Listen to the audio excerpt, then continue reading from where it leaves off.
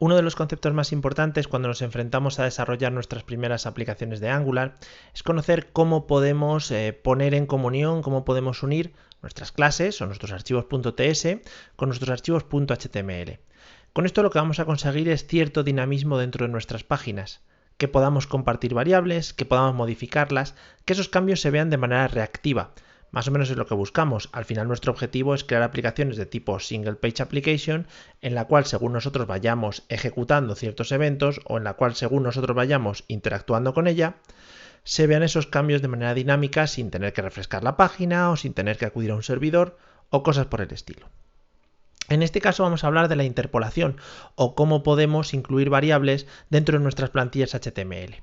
Para ello vamos a coger el componente que ya hemos utilizado anteriormente, que es el componente saludo, y lo único que he hecho ha sido, para preparar un poquito este ejemplo, en appcomponent.html colocar solo y únicamente el componente saludo. Por lo tanto, si lo visualizamos en el navegador, veremos que el componente saludo tiene el propio saludo y aquí un subtítulo. Estuvimos modificándole un poquito los estilos para ver cómo poder interactuar con ellos. Bien, me voy a mover al componente saludo, concretamente a la clase donde está el .ts, ¿vale? Al saludo.component.ts.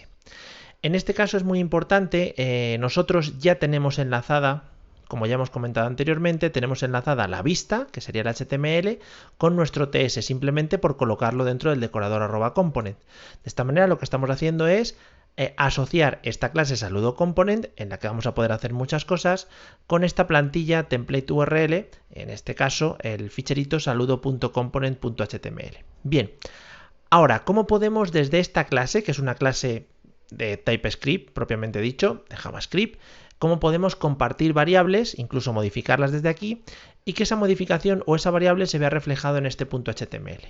Bueno, pues es muy importante que empecemos a cambiar nuestra forma de actuar, sobre todo si venimos de programar de JavaScript, y empecemos a pensar un poco de manera reactiva.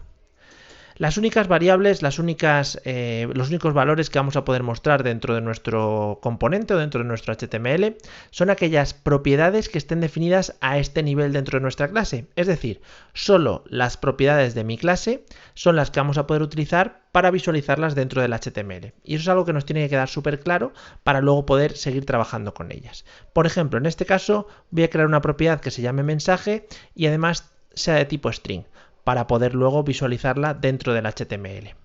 Una cosa súper importante y creo que es básica es que el constructor, que no se va a usar, ya lo veremos más adelante, como se utiliza habitualmente en una clase TypeScript, el constructor lo dejemos reservado solo para inicializar variables, que nos permita tener ese espacio para que nosotros podamos inicializar variables sin mezclarlo con otras acciones. Es decir, que si yo le quiero dar un valor a esta variable, si yo ahora le quiero decir que esta variable de tipo string tiene un valor, lo puedo hacer aquí dentro del constructor, sin necesidad de tener otros métodos o mezclarla con otro tipo de acciones.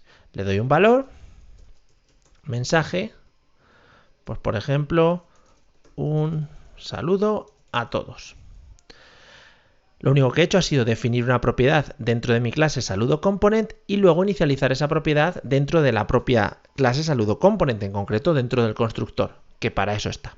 Bien, pues repito, estas propiedades son las únicas que podemos utilizar en el HTML, pero ojo, no en cualquier HTML, solo en el HTML que esté asociado a esta clase, es decir, donde ponga la variable template URL o la variable template, como ya vimos, es donde yo puedo situar esta variable, es donde yo puedo visualizar esta variable mensaje. Por lo tanto, si me voy al fichero saludo.component.html, actualmente tengo el hola 1 y el subtítulo. Bueno, pues quiero que en vez del hola mundo aparezca el mensaje que yo he definido. Para ello tengo que utilizar la siguiente sintaxis: doble llave, y entre esta doble llave pondré el nombre de la variable que yo quiero visualizar. En nuestro caso, mensaje. De esta manera lo que le estoy diciendo, y creo que es algo fácil de entender y que nos va a ayudar mucho a la larga cuando empecemos a trabajar con variables un poquito más complejas, lo que le estoy diciendo es, en el espacio definido entre estas dos etiquetas, h1 de apertura y h1 de cierre, siempre va a aparecer el valor de la variable mensaje, sea cual sea.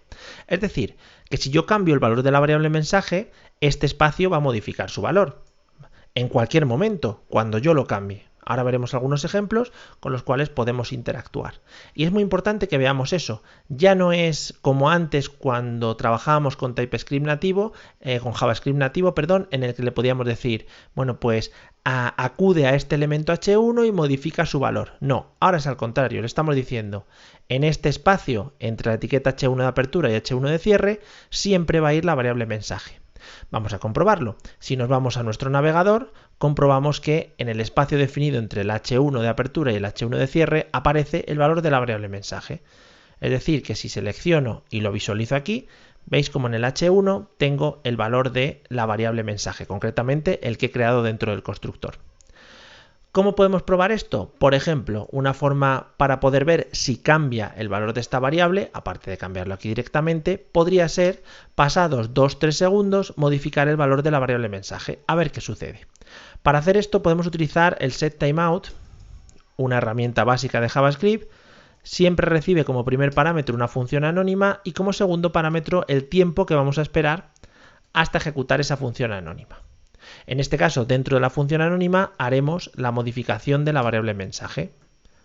Otro mensaje diferente. Antes de lanzarlo, según lo que os he contado anteriormente, si yo he definido ese espacio para que ahí siempre aparezca el valor de la variable mensaje, cuando yo pasados 3 segundos modifique su valor, el espacio, es decir, el h1, también modificará su valor. Vamos a probar.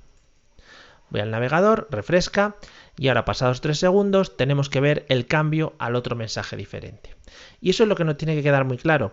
Lo único que estoy haciendo es, he definido una propiedad, dentro de la clase que identifica el componente podemos trabajar con ella donde queramos, siempre y cuando hagamos referencia a una propiedad, this.mensaje, podemos utilizarla, repito, donde queramos, y luego como está definida como propiedad de la clase, la puedo utilizar en el HTML sin ningún tipo de problema, simplemente siguiendo la sintaxis de la doble llave.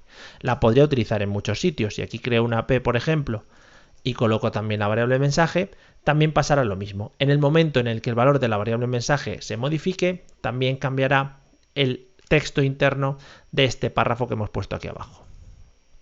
Lo visualizamos, tenemos en los dos el mismo texto, y cuando pasan 3 segundos se modifican los dos. Lo bueno de esto es que solo se modifican los espacios de las variables que en este caso hayan cambiado su valor.